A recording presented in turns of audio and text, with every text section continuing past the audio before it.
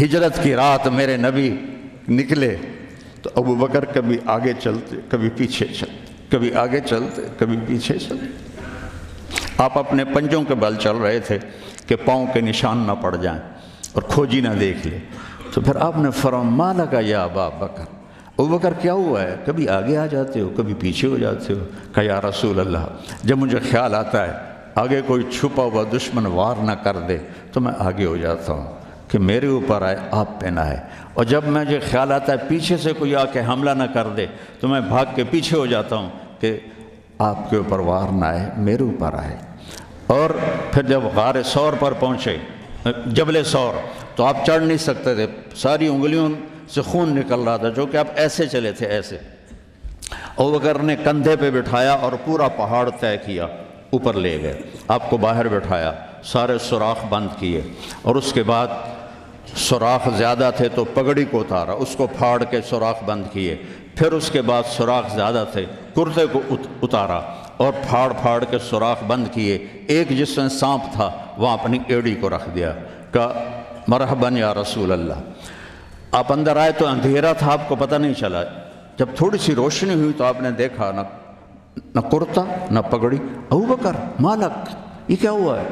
ذرا عمامہ کدھر ہے، ذرا کرتا کدھر ہے؟ تو کہا یا رسول اللہ یہ سوراخ تھے، مجھے ڈر ہوا کہ ان میں کوئی چیز آپ کو تکلیف نہ پہنچائے تو میں نے اپنے کپڑے پھاڑ کے سوراخ بند کیے ہیں۔ تو ایک دم میرے نبی رونے لگے اور ہاتھ اٹھا کر کہا یا اللہ میں ابو بکر سے راضی ہوں، تو بھی اس سے راضی ہو جا اور اسے جنت میں میرا ساتھی بنا دے۔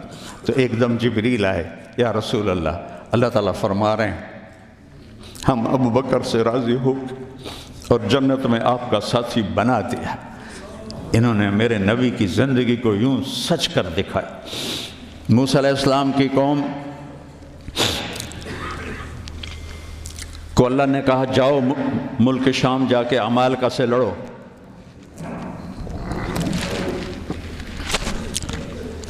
ان کا اذهب انت وربک فقاتلا، تو جا تیرا رب جائے، ہم نہیں لڑتے۔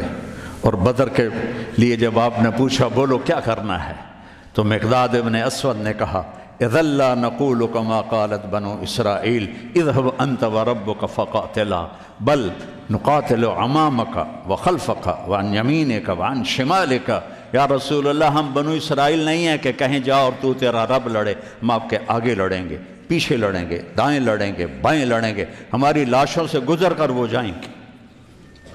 بنو اسرائیل نے سمندر پار کیا، آگے پتھر کے بت کی پوجا ہو رہی ہے، یا موسیٰ اجعل لنا الہا کما لہم آلہہ، یا اللہ موسیٰ ایک خدا ہمیں بھی لے کر دو اس جیسا۔ یہ بنو اسرائیل ہیں، اور میرے نبی کا انتقال ہوتا ہے پیر کے دن، اور ابو بکر صدیق اوالی گئے ہوئے ہیں اپنی دوسری بیگم کے پاس، ان کو خبر ملتی ہے تو وہ بھاگے ہوئے آتے ہیں اور آپ کے چادر ہٹا کر آپ کا ماتھا چومتے ہیں اور گرم گرم آنسو ماتھے پہ گرتے ہیں، وا خلیلا وا صفیہ وا نبیہ۔ اور اس کے بعد آپ مسجد میں جاتے ہیں تو شور و فغاں ہے اور عمر تلوار لے کے کھڑے ہیں، جو کہے گا اللہ کا رسول فوت ہو گیا میں اس کو قتل کر دوں گا، وہ اللہ کے پاس گئے ہیں، وہ واپس آئیں گے۔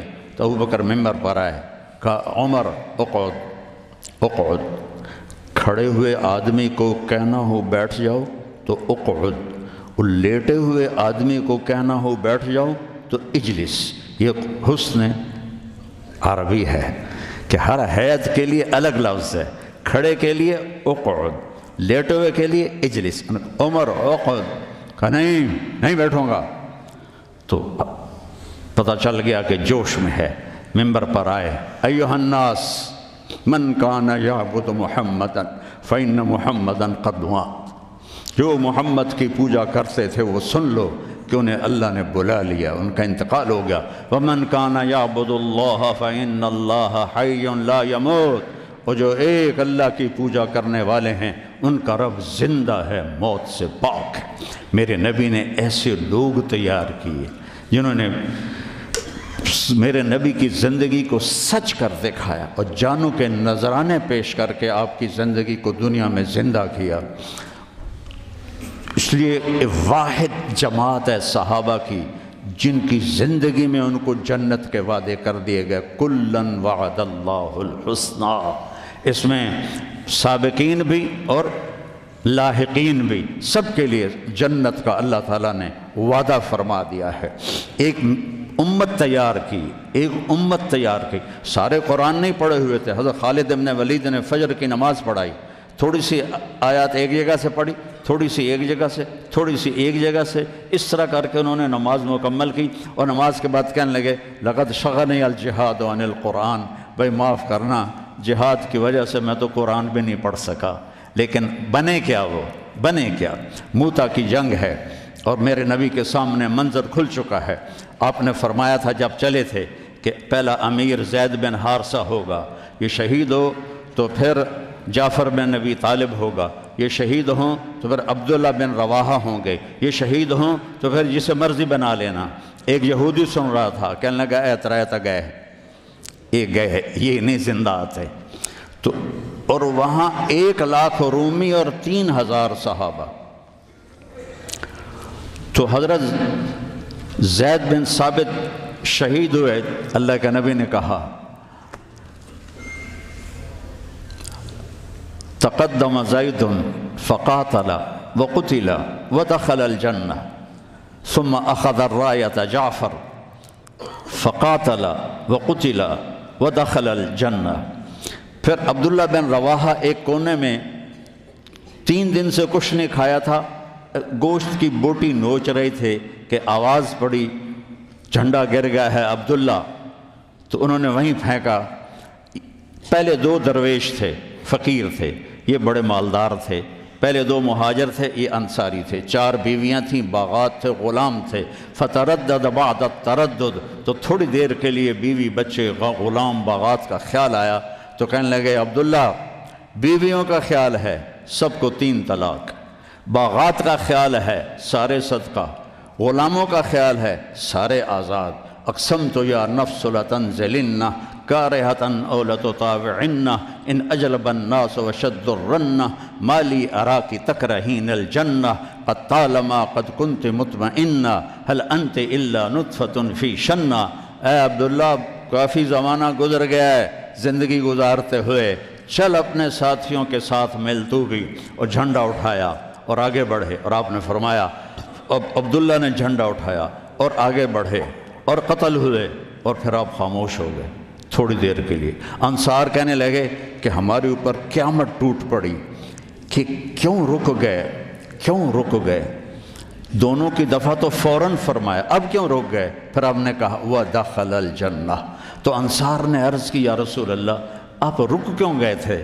کہا وہ تھوڑا سا اس کے دل میں کھٹک آئی تھی، اس لیے جنت میں جانے میں تھوڑی دیر ہو گئی۔ اب جھنڈا گر گیا، ثابت ابن اکرم نے جھنڈا اٹھایا، کون لے گا یہ جھنڈا؟ انہوں نے کہا تو لے، تو بدری صحابی ہے۔ تو لے کہا نہیں میرے بس کا نہیں ہے۔ کسی نے آواز دی خالد کو دو۔ خالد کی پہلی جنگ تھی، صلح حدیبیہ کے بعد ایمان لائے، اور ان کی پہلی جنگ تھی۔ وہ فرمانے لگے بھائی میں تو ابھی مسلمان ہوا ہوں، کسی اور کو جھنڈا دو۔ کہا نہیں، سب نے کہا بس خالد۔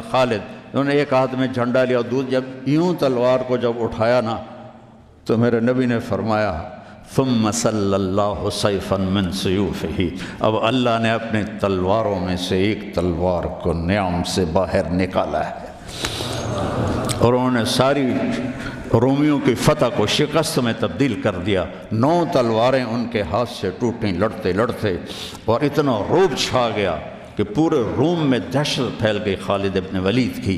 یہ لوگ میرے نبی نے تیار کیے تھے، ایک امت بنائی تھی، یہ میرے نبی کا عظیم ترین کارنامہ ہے۔